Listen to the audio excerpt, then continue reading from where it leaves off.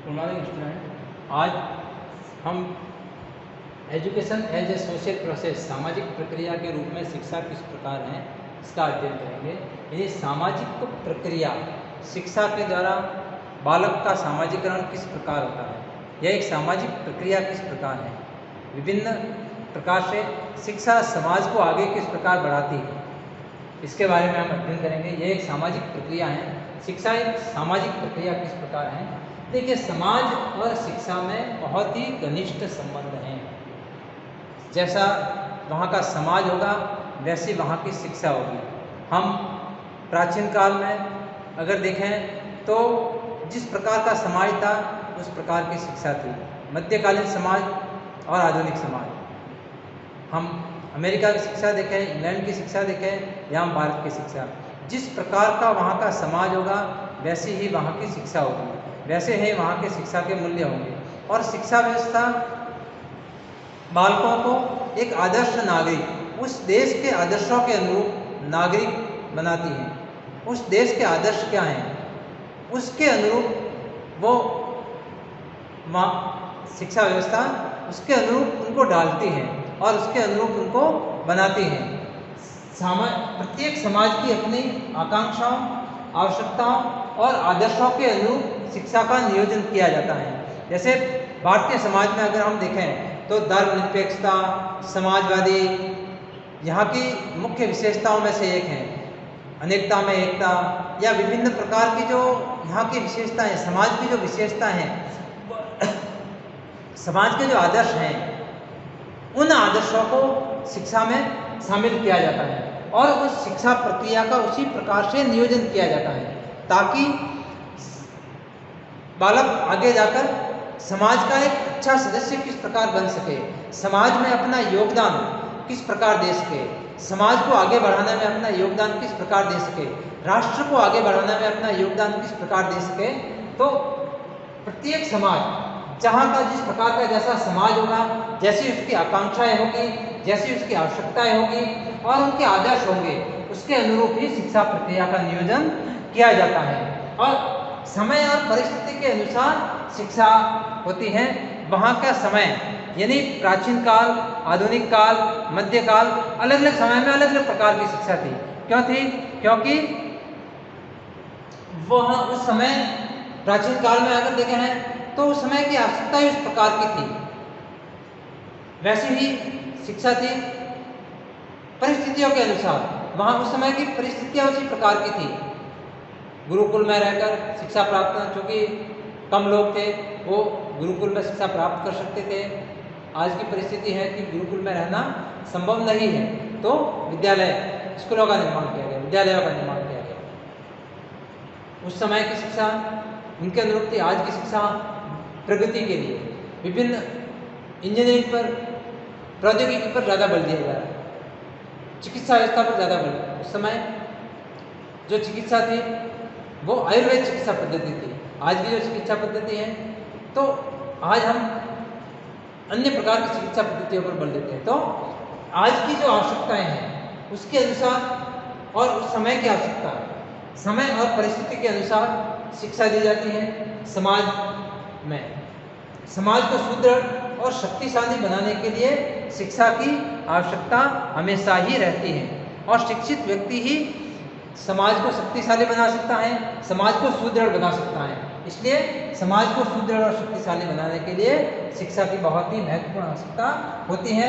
शिक्षा द्वारा समाज की प्रगति संभव है और समाज में विभिन्न प्रकार के परिवर्तन लाए जा सकते हैं। तो शिक्षा की व्यवस्था के द्वारा ही समाज प्रगति कर सकता है और समाज में विभिन्न प्रकार के परिवर्तन, यदि कोई अंधविश्वास है, यदि कोई कुरीतियाँ हैं, रूढ़िवादिता है, उनको अगर समाप्त करना है तो वह शिक्षा के द्वारा ही संभव है।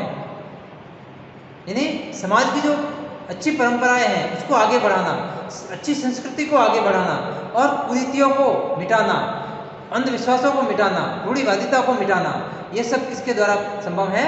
शिक्षा के द्वारा ही संभव है। इसलिए समाज की प्रगति और परिवर्तन शिक्षा के द्वारा ही हम कह सकते हैं, शिक्षा के द्वारा ही परिवर्तन हम कर सकते हैं। बहुत सारे हम इसी संबंध में हम देखेंगे कि शिक्षा का मुख्य उद्देश्य सामाजिक परिवर्तन करना होता है।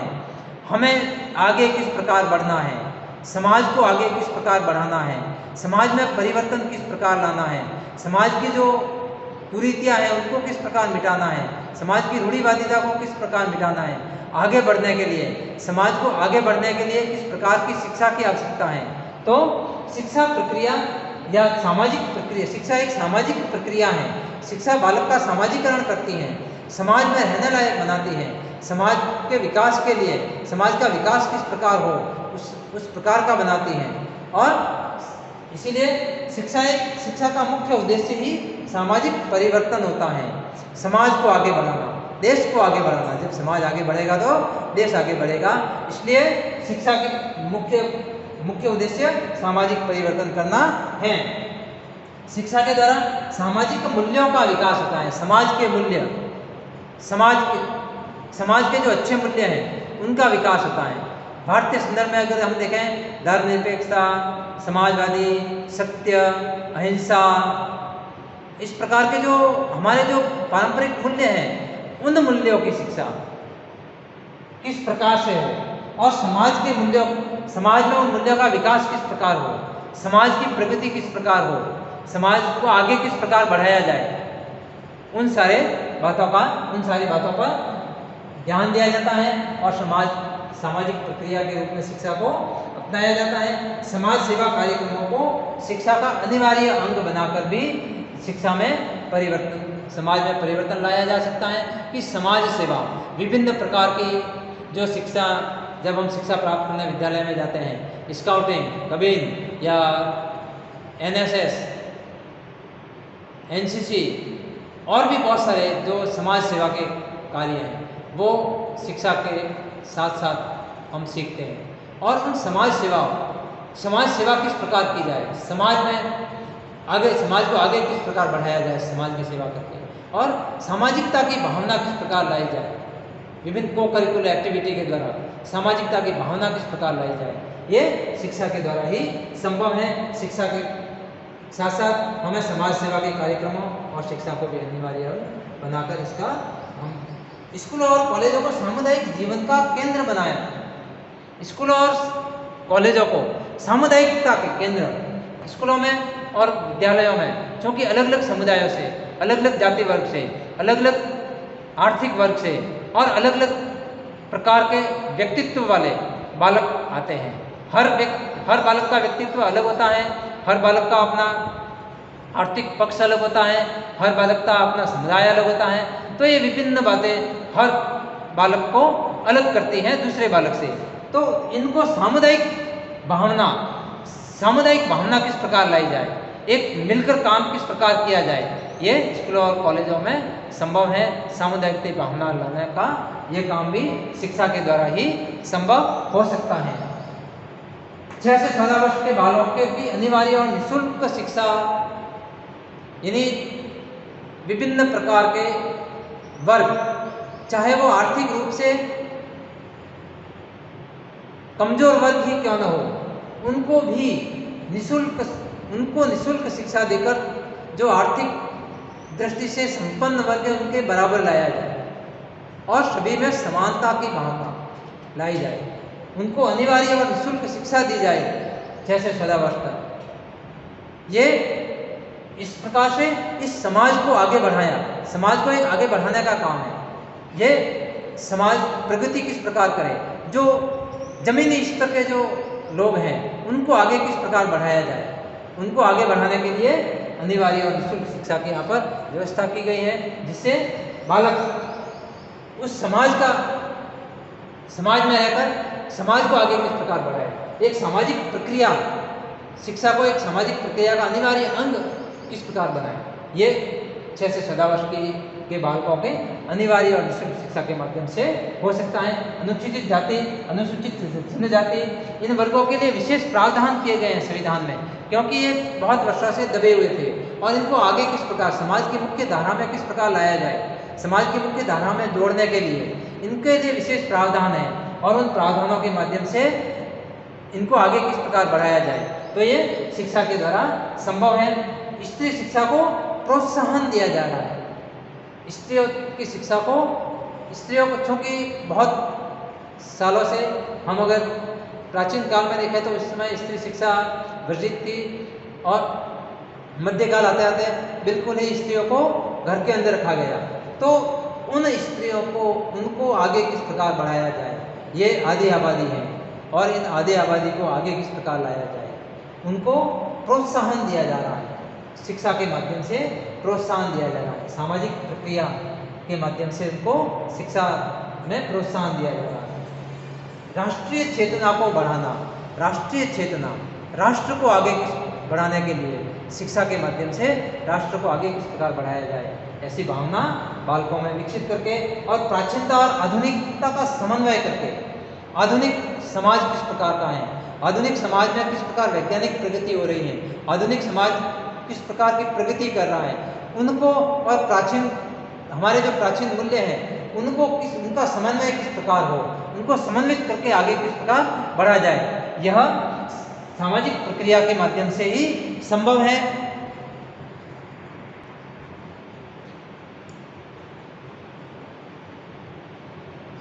सामाजिक आवश्यकता का जो उपागम है शिक्षा का, वो भी यही कहता है कि सामाजिक आवश्यकता, क्योंकि मुख्य रूप से समाज की शिक्षा संबंधी आवश्यकताएं जो हैं वो उसका अनुमान लगाकर शिक्षा का नियोजन, यानी समाज की आवश्यकताएं क्या हैं उसी प्रकार से शिक्षा का नियोजन हो और समाज की आवश्यकताओं के अनुसार समाज के जो आदर्श हैं वो शिक्षा में शामिल किए जाए, समाज के जो मूल्य हैं वो शिक्षा में शामिल किया जाए, उसके अनुरूप शिक्षा की व्यवस्था हो।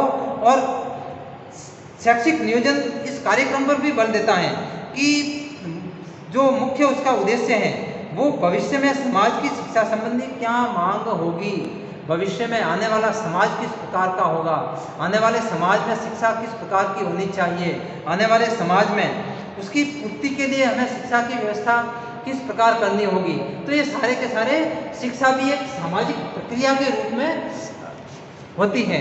इसी प्रकार से व्यक्ति और शिक्षा चूँकि व्यक्ति के मस्तिष्क को विकसित करके उपयुक्त आदर्शों की ओर आकर्षित करती है, क्योंकि शिक्षा के द्वारा ही व्यक्ति का मस्तिष्क का विकास हो सकता है, व्यक्ति का बौद्धिक विकास हो सकता है और उस बौद्धिक विकास के माध्यम से वो समाज को आगे बढ़ा सकता है। और नियोजन और उपलब्ध साधनों, जो समाज के जो उपलब्ध साधन हैं उन आदर्शों की प्राप्ति और जो समाज के जो आदर्श हैं उनकी प्राप्ति के लिए मार्ग प्रशस्त करती है शिक्षा। इसलिए शिक्षा एक सामाजिक प्रक्रिया है और शिक्षा व्यक्ति में जागृति और आत्मविश्वास उत्पन्न करती है। शिक्षा के द्वारा व्यक्ति को श्रम की महत्ता का ज्ञान होता है, शिक्षा के द्वारा ही व्यक्ति अपने पैरों पर खड़ा हो सकता है, शिक्षा के द्वारा वो धन उपार्जन कर सकता है, शिक्षा के द्वारा वो अपने परिश्रम से जीवन स्तर को ऊंचा उठा सकता है और शिक्षा के द्वारा ही वो उसको प्रोत्साहन मिलता है आगे बढ़ने का। शिक्षा के द्वारा शिक्षा के विभिन्न साधनों और उनको नियोजन के द्वारा उनको व्यक्ति को आगे बढ़ने में मदद मिलती है। इसलिए शिक्षा को समाज के अनुरूप होना चाहिए, शिक्षा भी समाज की आवश्यकताओं के अनुरूप होना चाहिए। शिक्षा चूँकि एक ऐसी प्रक्रिया है जिसमें अनेक प्रकार की उपक्रियाएं शामिल होती हैं और अनेक प्रकार की उपक्रियाएं, ये उपक्रियाएं जन्म से लेकर मृत्यु तक चलती रहती हैं। व्यक्ति में जन्म से लेकर मृत्यु तक निरंतर बहुत सारी प्रक्रियाएं चलती रहती हैं, जिसमें सामाजिकरण भी एक महत्वपूर्ण प्रक्रिया है। बालक का सामाजिकरण सबसे पहले घर से प्रारंभ होता है, सबसे पहले उसकी माँ से प्रारंभ होता है, उसकी माँ को देखकर वो सीखता है, उसके पश्चात उसके परिवार को देखकर वो सीखता है, उसके पश्चात उसके आस पड़ोस को देखकर सीखता है और उसके पश्चात वो जब विद्यालय में जाता है तो विद्यालय में विभिन्न बालकों को देखकर सीखता है, विद्यालय में शिक्षा प्राप्त करके वह सीखता है और वह समाज में रहने लायक एक सदस्य बनता है, समाज का एक अच्छा सदस्य बनता है।